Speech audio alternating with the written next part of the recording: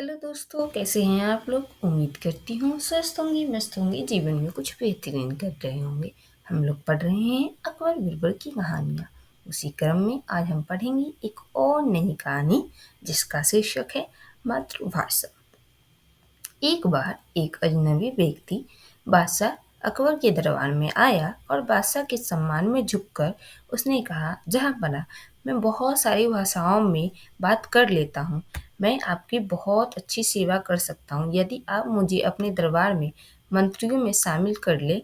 बादशाह ने उस व्यक्ति की परीक्षा लेने का निश्चय किया। उसने अपने मंत्रियों को उस आदमी से विभिन्न भाषाओं में बात करने को कहा। अकबर के दरबार में अलग अलग राज्यों के लोग रहते थे। हर किसी ने उससे अलग अलग भाषा में बात की।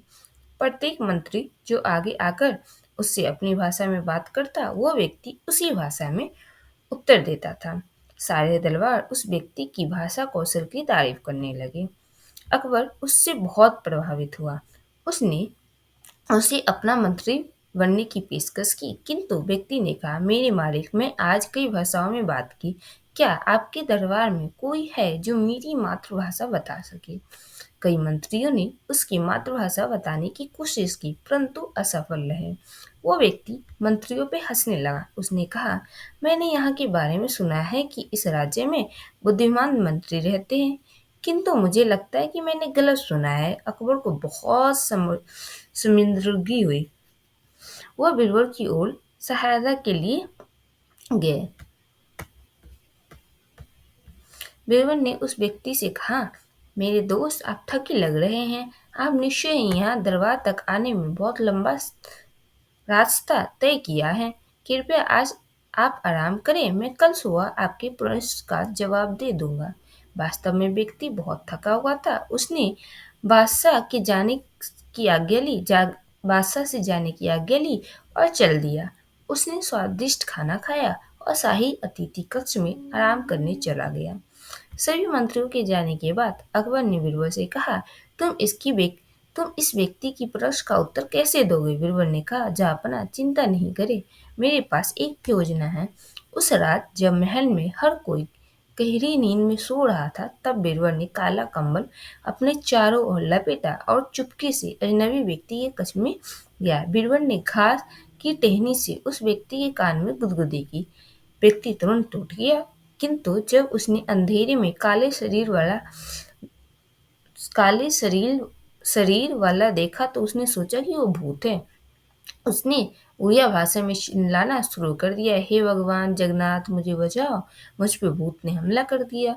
अचानक बादशाह ने अपने मंत्रियों सहित कक्ष में प्रवेश किया। बीरबल ने कंबल को फर्श पर फेंक दिया और कमरे में प्रकाश कर दिया। उसने व्यक्ति से कहा, तो तुम उड़िया निवासी हो और तुम्हारी मातृभाषा उड़िया है, मैं सही कह रहा हूँ ना। व्यक्ति ने बीरबल से कहा कि वो सही कह रहा है। अकबर ने कहा, ये एक आदमी चाहे जितनी भी भाषाएं बोल ले, लेकिन वो जब डरता है तो अपनी मातृभाषा में ही चिल्लाता है। बीरबल ने पहेली को हल कर दिया। अकबर ने उसकी चतुराई के लिए प्रशंसा की।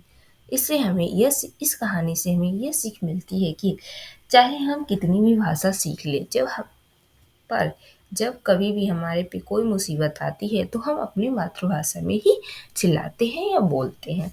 जैसे कि आप लोगों ने भी देखा होगा कि हम चाहे कितनी भी अच्छी अंग्रेजी बोल ले, बट जब कभी हम गुस्से में होते हैं तो फिर हमारा जो गुस्सा होता है वो भी अपनी मातृभाषा में ही निकलता है।